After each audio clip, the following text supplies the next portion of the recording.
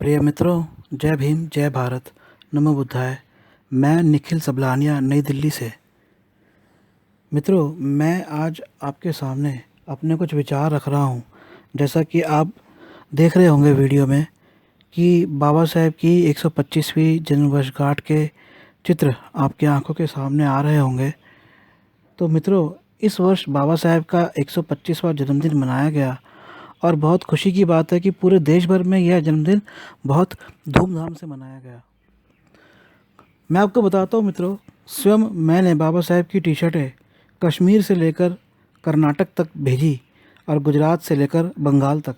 बहुत खुशी हुई मुझे कि पूरे भारतवर्ष में इतना उत्साह रहा और इतना उत्साह पहले कभी देखने को नहीं मिला। मैं प्रत्येक प्रत्येक वर्ष doctor B are Ambedkar ji की अपने बाबा साहेब के जन्मदिन पर पार्लियामेंट स्ट्रीट, संसद भवन, संसद मार्ग, नई दिल्ली जाता हूँ, जहाँ पर पार्लियामेंट की, संसद की परिसर में बाबा साहेब की मूर्ति की स्थापना हुई है और वहाँ पर बाबा साहेब को पुष्पांजलि लोग अर्पित करते हैं।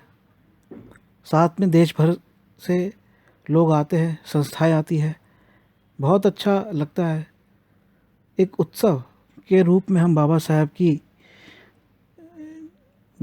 के जन्मदिन को मनाते हैं। परंतु इस वर्ष यह कुछ खास बात रही। खास बात इसलिए क्योंकि यह 125वां जन्मदिन था बाबा साहेब का। मित्रों, आप में से बहुत से लोग ये बात जानते होंगे कि 1991 में जब बाबा साहेब की 100वीं वर्षगांठ आई थी, जब बाबा साहेब की जन्म शताब्दी मनाई गई थी, तो वीपी सिंह की सरकार थी। जनता दल के नेतृत्व में भारत सरकार ने बाबा साहेब का जन्मदिन बहुत धूमधाम से मनाया था। उसी वर्ष डॉक्टर अंबेडकर प्रतिष्ठान के लिए नई दिल्ली में जनपद पर ज़मीन आवंटित की गई थी और कई अन्य चीज़ें हुई थी। परंतु उस तरह बाबा साहेब की जन्मदिन को न पहले कभी भारत सरकार ने मनाया था, न बाद में।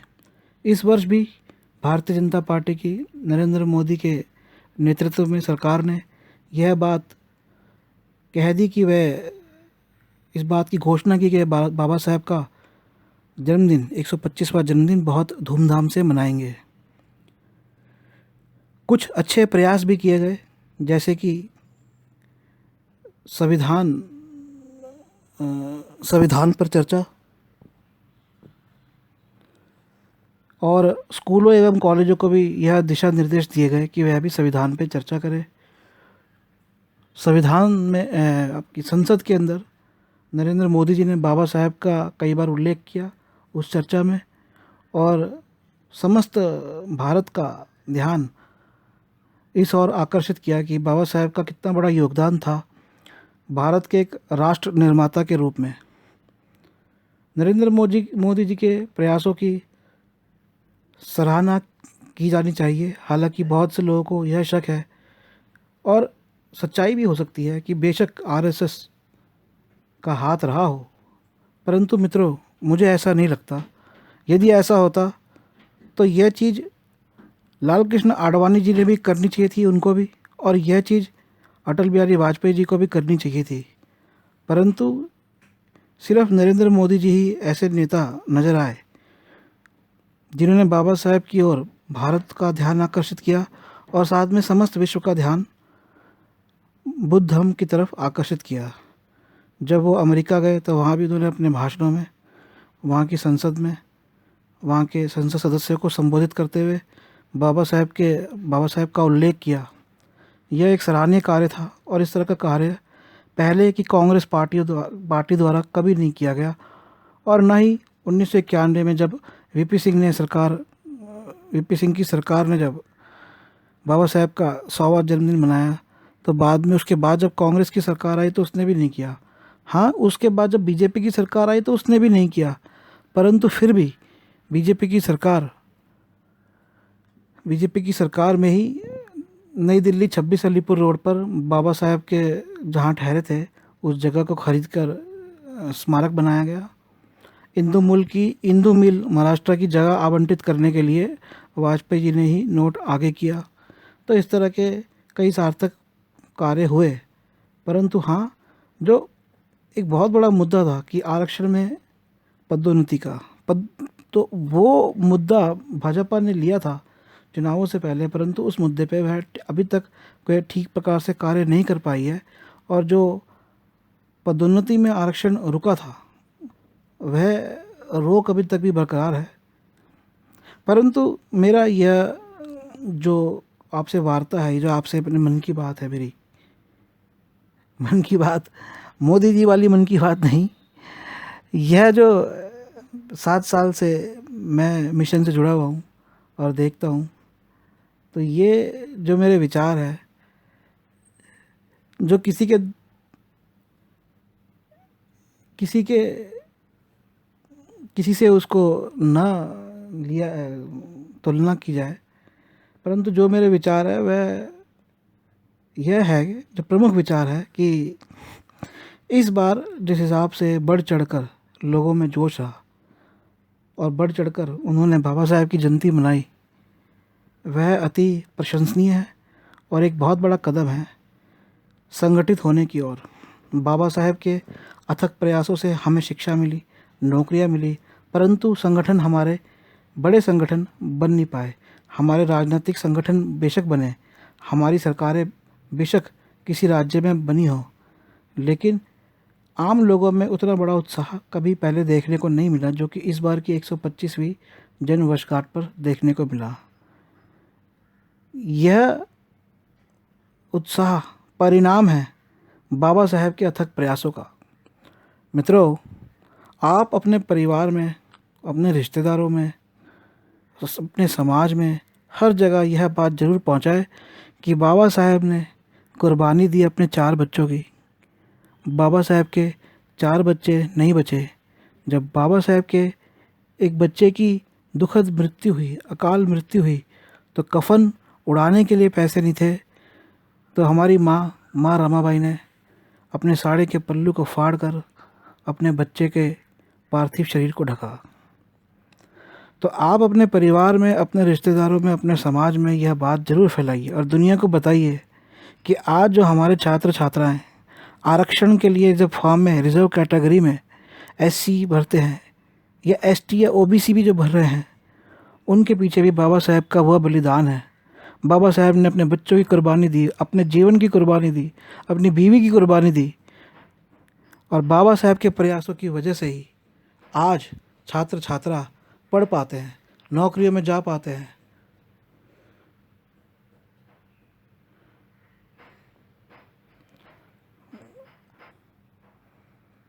और अपने जीवन को अच्छा बना पाते हैं।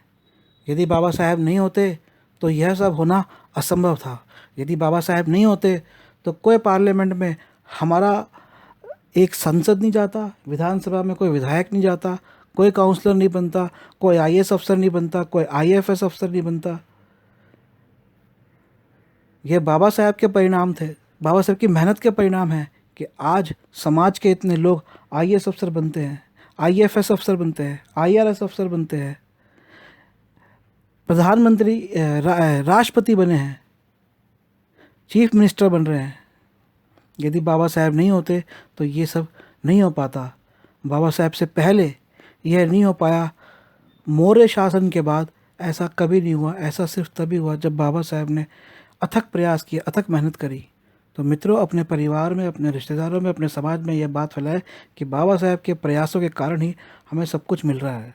बहुत से लोग कहते हैं कि हम आरक्षण का फ़ायदा नहीं उठाते, तो उनसे पूछिए कि तुम आरक्षण का फ़ायदा नहीं उठाते, लेकिन क्या तुम्हें पढ़ने का अधिकार था? अगर तुम्हें पढ़ने का अधिकार भी नहीं था तो बिना आरक्षण के भी तुम नहीं पढ़ सकते थे। आरक्षण सिर्फ इस बात का नहीं मिला कि तुम्हें कॉलेज में एडमिशन दिया जाए या तुम्हें नौकरियों के अंदर नौकरी दी जाए। आरक्षण इस बात का है कि तुम्हें पढ़ने का अधिकार दिया जाए। पढ़ने का अधिकार पहले नहीं था। काम करने का, कई काम करने का, खाने पीने का काम करने का अधिकार नहीं था। चमड़े के काम करने वाले को केवल चमड़े का काम करने दिया जाता था। सफाई के काम करने वाले को सजा देती थी। अगर वो सफाई का काम ना करे तो उसे सजा दी जाती थी शास्त्रों के हिसाब से कि वह सफाई का काम ही करेगा, और उस पर कड़ी कड़ी यातनाएं उसको दी जाती थी।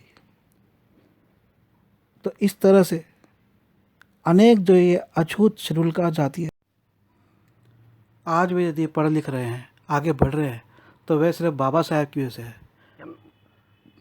मित्रों, आपको अपनी बहन बेटियों को, माँओं को भी ये बात बताना है कि आज वे जो शिक्षा ले रही है, जो उनको प्रॉपर्टी में अधिकार मिल रहा है, वे भी बाबा साहब की वजह से है।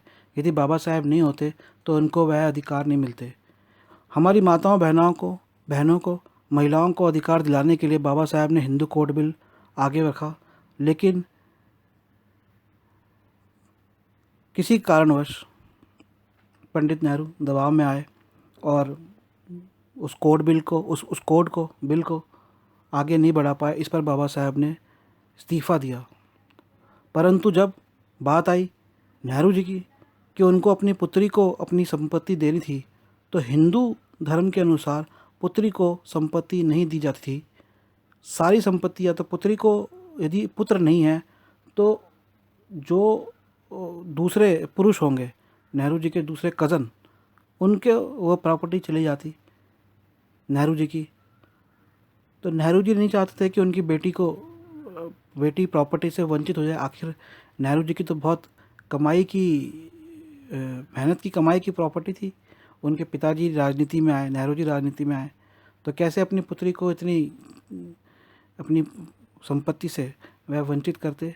इसलिए उन्होंने फिर 1956 में उसी कानून को लागू किया जिस कानून पर बाबा साहब ने इस्तीफ़ा दिया था।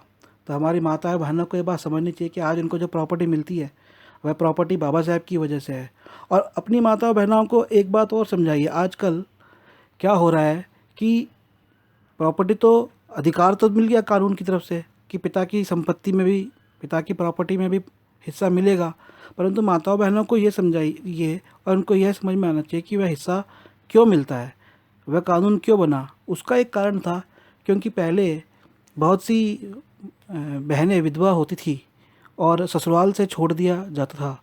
तो इस हालत में जब वह पिता के घर रहती थी तो भाई भी उनको दरकिनार कर देते थे। तो इसलिए उनकी हालत बहुत बुरी थी। इस वजह से उनको प्रॉपर्टी दी गई कि यदि अपने पति की तरफ से भी कुछ ना मिले और भाइयों द्वारा भी उसको दरकिनार कर दिया जाए, तो कम से कम उसके पास कुछ संपत्ति हो जिससे वह खुद का और अपने बच्चों का जीवन निर्वाह कर सके। परंतु इसका एक दुरुपयोग कानून का हो रहा है कि पुत्रियाँ, बेटियाँ या बहनें, वो अपने हस्बैंड के वहाँ से भी प्रॉपर्टी इंजॉय करती हैं और फिर अपने भाइयों की प्रॉपर्टी में भी आती हैं, जबकि भाई सब कुछ अच्छा करते हैं, शादी ब्याह कर देते हैं, सब कुछ कर देते हैं। लेकिन उनको ऐसा नहीं करना चाहिए। और ख़ास करके शेड्यूल कास्ट की महिलाओं को ये समझना चाहिए कि उनके जो भाई हैं वे कोई बड़े व्यापारी, अमीर नहीं, ज़्यादा नहीं होते, उनके कोई मिलें, कारखाने, दुकानें नहीं चल रहे, थोड़ी सी संपत्ति होती है, तो वे अपने बच्चों को दे पाएँ तो वे छोड़ दे। यदि उनको अपने बहनों को अपने हस्बैंड की संपत्ति में से अच्छा जीवन मिल गया है, अच्छा हिस्सा मिल गया, अच्छा जीवन उनका हो गया है, तो कम से कम अपने भाइयों की संपत्ति की तरफ ध्यान ना दे। क्योंकि वैसे ही खास करके शेड्यूल कास्टों में संपत्ति बहुत कम होती है। एक हमारे जानकार थे, उनकी 4 बहनें थी और 3 बहनें थी और एक उनके पास 100 गज का मकान था। तीनों बहनों की बहुत अच्छी शादी की, तीनों बहनें बहुत अच्छी सेटल हो गई, पति का प्यार मिला, अच्छा जीवन मिला। फिर भी उन्होंने भाई की प्रॉपर्टी में से संपत्ति ली और बेचारे को 25 गज की जगह छोड़ दी। अब सोचिए वो बेचारा 25 गज की जगह में क्या करता। और तीनों बहनों ने अपने ससुराल में भी अच्छी प्रॉपर्टी ली और फिर भाई की प्रॉपर्टी भी ली। तो मित्रों, ये हमारी बहनों को समझाने की, कहते हैं कि तलवार 2-धारी तलवार होती है, कानून 2-धारी तलवार की तरह होता है। ये आप पर भी चल सकता है और दूसरे पर भी। तो इस तरह से जो प्रॉपर्टी का बाबा साहब ने महिलाओं की सुरक्षा के लिए बनाया, ये एक 2-धारी तलवार है जो कि कहीं ना कहीं विपरीत दिशा में भी चल रही है। तो हमारी बहनों को आप समझाइए कि उनको जो ये तलवार मिली उसको ठीक से चलाए, और ये तलवार किसने पकड़ाई है उसको भी माने, उसकी सोच को ही माने, बाबा साहब को माने, बाबा साहब के धर्म को माने, बाबा साहब की सोच को माने। इस बात को भी आप अपने परिवार में, रिश्तेदारों में, समाज में आगे फैलाइए। मित्रों, बहुत दुख की बात है कि मैंने अपने पिछले 7 सालों में यह देखा है कि बाबा साहब की पुस्तकें अधिकांशतः गाँवों में पढ़ी जाती है। दिल्ली शहर में मैं रहता हूँ और दिल्ली शहर में मैंने बहुत कम बाबा साहब की पुस्तकें बेची है। हाल फिलहाल में बाबा साहब की जन्म शताब्दी 125वीं वर्षगांठ पर उनके चित्र वाली टी शर्ट्स भी बेची मैंने, तो देखा अधिकांशतर वे भी गांवों में ही बेची। तो क्या शहर के शेड्यूल कास्टों को, शेड्यूल ट्राइबों को या पिछड़े समाज के लोगों को बाबा साहब का नाम लेने में, उनके विचार पढ़ने में आलस आता है, तकलीफ़ होती है, डर लगता है? समस्या क्या है मित्रों? कुछ साल पहले आईआईटी दिल्ली के अंदर बाबा साहब की जन्मदिन मनाया गया, और आप यकीन नहीं मानेंगे कि वह जन्मदिन लो स्टाफ के द्वारा मनाया गया, और उस जन्मदिन में केवल और केवल एक छात्र उपस्थित हुआ। क्या केवल एक छात्र ही आईआईटी दिल्ली में पढ़ रहा था? ऐसे अनेक कॉलेज है, आईआईटी है, एम्स है, मेडिकल कॉलेज है, अनेक कॉलेज है जहाँ पर अनेक छात्र एससी एसटी के जाते हैं और पढ़ते हैं, परंतु बाबा साहब की न जयंती बनाई जाती है, न बाबा साहब का नाम लिया जाता है। प्रत्येक छात्र को चाहिए कि वह अपने कमरे में बाबा साहब की तस्वीर लगाए, बाबा साहब की जयंती बनाए, 14 अक्टूबर मनाए और 6 दिसंबर पर शोक मनाए। इस चीज़ को समझने की ज़रूरत है। आज हम जिस मुकाम पर हैं वह सिर्फ बाबा साहब की वजह से। यदि बाबा साहब ने अपने 4 बच्चों की कुर्बानी नहीं दी होती, उन्होंने अपनी बीवी की कुर्बानी नहीं दी होती, माँ रमाबाई ने बाबा साहब का साथ नहीं दिया होता, तो आज ना कोई अफसर बनता, ना कोई कॉलेज में जाता। और जो लोग प्राइवेट नौकरी में भी है या आरक्षण नहीं ले रहे, तो उनको उन नौकरियों में जाने का या शिक्षा कर लेने का भी अधिकार नहीं मिलता जो अधिकार मिला। क्योंकि हिंदू शास्त्रों के हिसाब से केवल ब्राह्मण, बनिया और क्षत्रिय को ही अधिकार था शिक्षा लेने का, और गुरु बनने का अधिकार केवल ब्राह्मण को था। तो इस बात को समझना है मित्रों।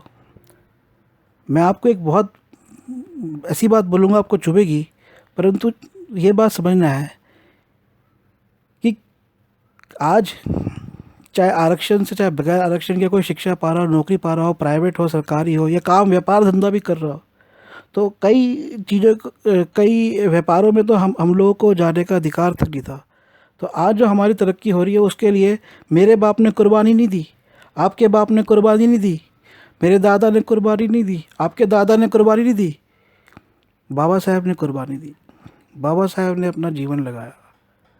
हमारे पिता से, हमारे दादा से ज़्यादा हमारे कोई पितृ है, हमारे पूर्वज है जो पूजनीय है, जिन्होंने हमारे लिए अपना जीवन दिया, तो वो बाबा साहब है। इस बात को समझना होगा और सबको समझाना होगा। माताओं को, बहनों को, छात्रों को, नौकरी पेशाओं को, गैर नौकरी पेशाओं को, शिक्षा लेने वालों को, सबको समझाना होगा कि हमारे लिए कुर्बानी बाबा साहब ने दी है। हमारे लिए अपने 4 बच्चों की जान बाबा साहब ने दी है। हमारे लिए अपनी जान माँ रमाबाई ने दी है। इस बात को सबको समझाना होगा, और इसी प्रकार बाबा साहब की, माँ रमाबाई की, हमें माँ रमाबाई की भी जन्मदिन मनाना चाहिए, उनकी भी पुण्यतिथि मनानी चाहिए।